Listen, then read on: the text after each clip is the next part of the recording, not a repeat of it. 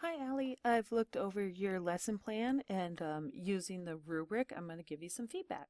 So the first section is elements and presentation, and I think you did a good job there. You expect them to have read, and then today we're analyzing characters, okay? Moving on to the desired results section. I was glad to see that you drilled down to one specific evidence outcome. I think one is plenty for a lesson plan.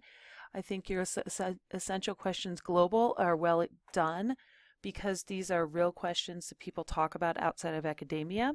And then I think your essential questions for the content area are well done because they align closely with the text you're going to be teaching. Okay?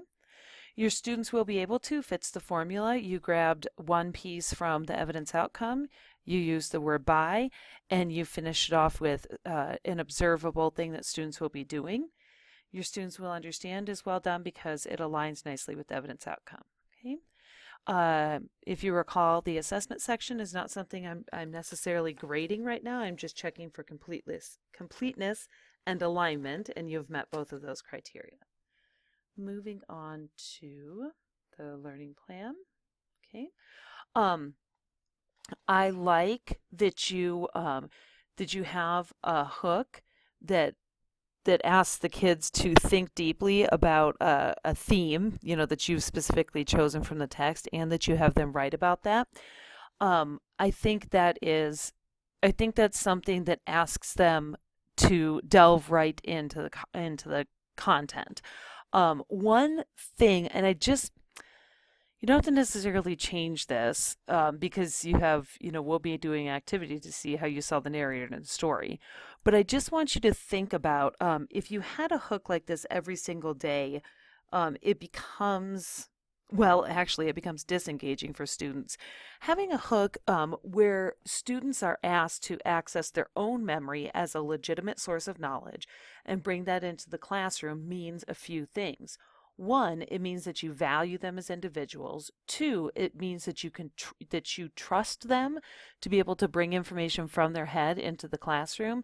And three, it means that right away at the beginning of your class, every student has something valuable to say that answers the question.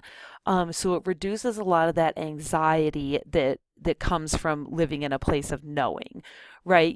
So okay, so let's say I'm a middle of the road student, that I read day 5994 before class, just like you told me to, so I did what I'm supposed to.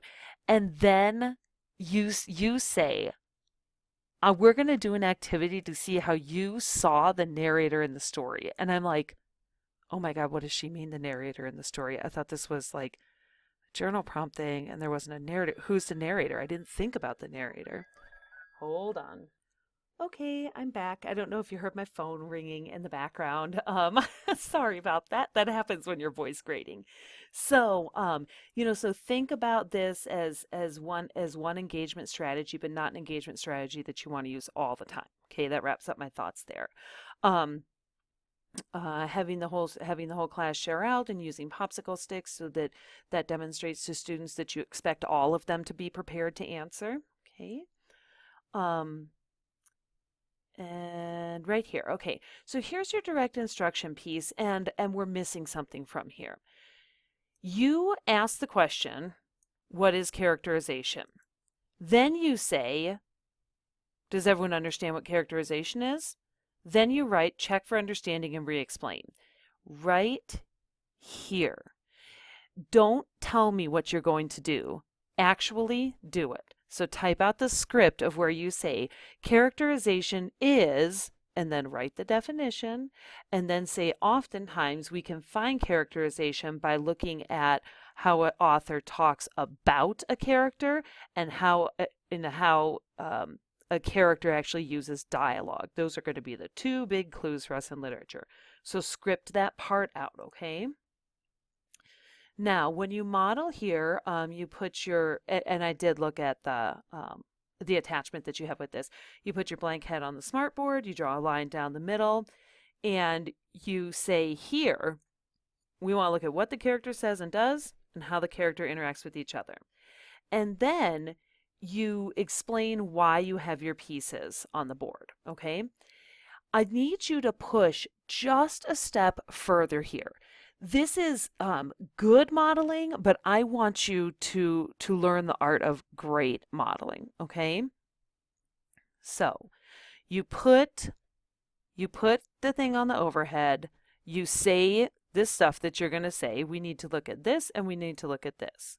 Bear with me while I scroll really quick because I want to show you something. Sorry. We've got freshmen in high school, okay? So we don't have seventh graders. So you know when you look back, I've been bugging you guys to look back at vertical alignment. When you look back at vertical alignment, you'll notice like in sixth grade, they have to find evidence in a text. In seventh grade, they have to find multiple pieces of evidence. And in eighth grade, they have to find the best piece of evidence, right? And so here we are on to ninth grade, all right? You need them to find the best piece of evidence and justify it so that we can continue to deepen that skill. You just told them, I wrote this. I wrote this because he's 16 years old. I wrote this. I wrote this because he met a girl. But push farther. Have them talk you through this as a group so that you're saying things like, there's a couple different things I could put about the first half of the day, 5994. Here are 3 different sentences that I chose that all represent what the character says and does or how the character interacts with other characters. Which one do you think is going to be the best and why? Talk them through it, okay? Actually do your think aloud, all right? Then you're going to do the same thing here, right? So he feels, like this, the narrator is very different at the end of the day. And again, I've chosen 3 sentences that all talk about how he interacts with other characters and why he does what he does. Which one do you think is going to be the best choice here and why? That way you're constantly saying to them, pull from the text, justify your choice. Pull from the text, justify your choice. Okay, and then doing that down here with the quotes.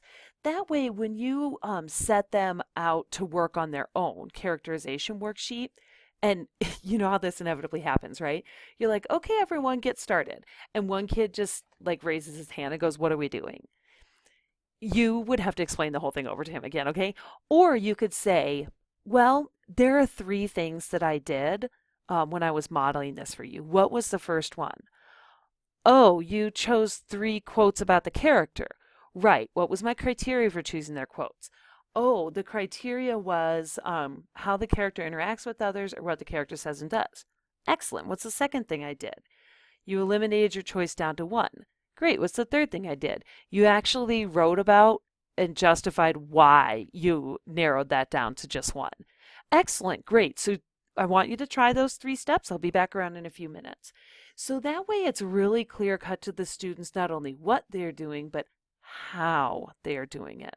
Okay, so what you have here is a good lesson plan, but I want to push you further so that some of these kind of basic teaching strategies that really end up teaching students skills instead of just asking them to do the skills, so that those become really ingrained, in you as you move through the program. Okay, I like how you close the class by having the students share out and doing it in a very equal way, and then also having them connect back to the journal prompt that they did in the beginning. Okay, thanks.